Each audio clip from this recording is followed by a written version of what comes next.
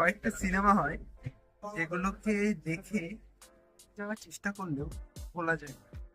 তো আজকে আমরা সেই সিনেমাটা দেখেই ফিরছি। এতটাই আমরা কষ্টে ছিলাম যে আমাদের একটা এসি ট্রেন বুক করে ট্রেনে রিভিউ করতে হচ্ছে। Right.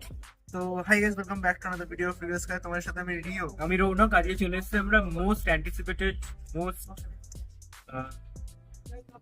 Needed needed, most propagandic হ্যাঁ, সিনেমা যেটার নাম মোস্ট হচ্ছে hit cinema in the world 2025, হচ্ছে বাগি ফোর। ফোর তো রাইট, বাগি ফোর। আপাতত ফোর্থ, তো এবার জানি না ফাইভ যাই। সো আমরা চলে এসেছি বাগি ফোরের রিভিউ করতে। দেখো আমি পুরো লাইম লাইটের মধ্যে আছি, মানে আমার মাথায় সুন্দর একটা লাইটের স্পট করছে, কিন্তু কিছু করার নেই গাইস, আমাদের প্রোডাকশনে প্রচুর টাকা এবং বাগি ফোরে রিভিউ করছি মানে আমাদের ট্রেনেই করতে হবে, এটা স্বাভাবিক ব্যাপার, কারণ এখানেও প্রচুর টাকা। এবার ফাইনালি সিনেমাটা আমাদের কেমন লাগলো দেখো। একটা জিনিস হচ্ছে যে কি বলি বলতো, অসাধারণ অসাধারণ গাইস, দারুণ একটা সিনেমা দেখে আসলাম। মানে বললো যে one of the finest, the masterpiece, the best cinema I have ever watched in my life. Right. এবং অ্যানিমাল সিনেমার, অ্যানিমাল ইজ বাচ্চা এর কাছে। রাইট, অ্যানিমাল বাচ্চা এবং অ্যানিমালের যিনি ডিরেক্টর, তিনি যে ডিরেক্টর এই সিনেমাটা, নামটা এতটা কঠিন একটা নাম, তো আমি ভুলে গেছি, বাট রাইট, তিনি হচ্ছে এনার থেকে ইন্সপিরেশন নেয় সন্দীপ রেড্ডি বাংলা। বাংলা। So, এবং yeah. সন্দীপ ভাঙ্গা আমার মনে হয় এই বাগি ফোর দেখার পরে তিনি হয়তো কোমায় চলে যেতে পারেন, বাট তার দীর্ঘায়ু আমি কামনা করি। হ্যাঁ। তিনি যাতে না দেখেন আমি এটা কামনা করি। এবং এখানে কি ঘটবে আর কি, মানে এই টাইগার শ্রফের সাথে সঞ্জয় দত্তের কি সম্পর্ক, সেটাকে দেখার জন্য তোমাদের নিকটবর্তী সিনেমা হলে গিয়ে, যে অবৈধ প্রিন্ট সিনেমা হলে গিয়ে এটাকে দেখতে হবে, যদি আপনাদের মানে অধিক টাকা থাকে এবং অধিক সময় থাকে তবেই, এবং অধিক ধৈর্য থাকে। ধৈর্য থাকে।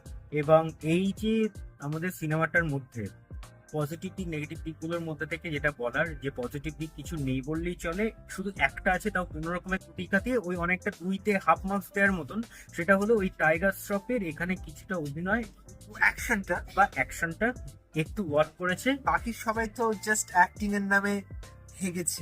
হ্যাঁ। তো ইয়া, এবং সঞ্জয় দত্ত এখানে যেহেতু আঙুল খেগো, মানে উনি আঙুল নিয়ে কারবার করেন এবং আঙুল করে থাকেন উনি, এরকম ভাবে আঙুল দিয়ে কিছু করেন, তা সেটা দেখতে আমাদের খুব খুব মানে দারুণ লেগেছে, দারুণ। অসাধারণ লেগেছে। মানে এই ধরনের একটা কাজ, এরকম কনজুরিং এর সাথে রিলিফ, একটা বড় রিলিজ এটা। আপনি বাগি ফোর যতটা পারবেন একটা বড় স্ক্রিনে দেখার চেষ্টা করবেন না, সব থেকে ছোট স্ক্রিনে দেখার চেষ্টা করবেন, পারলে ফোনে দেখবেন। একদম।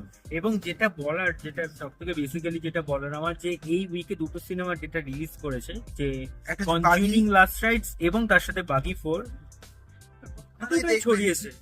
দুটোই একদম দেখবেন স্বপ্নে। হ্যাঁ, এবার এই কনজুরিং লাস্ট রাইডসটাও ছড়িয়েছে, এবং সেটা কেমন হয়েছে সেটা রিভিউটা অলরেডি আমাদের চ্যানেলে দেওয়া আছে, সেখানে গিয়ে একটু দেখে নেবেন, কারণ সেটাও ভীষণই সুন্দর হয়েছে। মানে দুটো এক্সট্রিম হয়ে গেছে আর কি, নর্থ সাউথ পোল আর কি, মানে এটা পুরো অ্যাকশন কেন্দ্রিক, আর এটা পুরোপুরি হরর কেন্দ্রিক, হরর কেন্দ্রিক, এবং দুটোই একদম মাঝখানে আছে। এবং দুটোতেই হরর এবং অ্যাকশন এত ভরপুর ভাবে আছে যে আমরা মাঝে মাঝে ভাবছিলাম যে Baaghi four is Conjuring and Conjuring is Baaghi four. Baaghi four এত সুন্দর একটা সিনেমা। রাইট।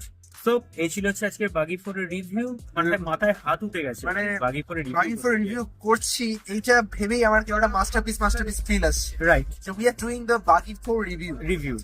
এবং বাগি ফোর রিভিউ ভালো লাইক করে শেয়ার করে এবং চ্যানেলটা সাবস্ক্রাইব করে দিও, আমাদের কমেন্টসে জানাতে ভুলো না। সো ভালো থাকবেন, সুস্থ থাকবেন এবং সিনেমা দেখবেন আমাদের চোখ দিয়ে। Thank you.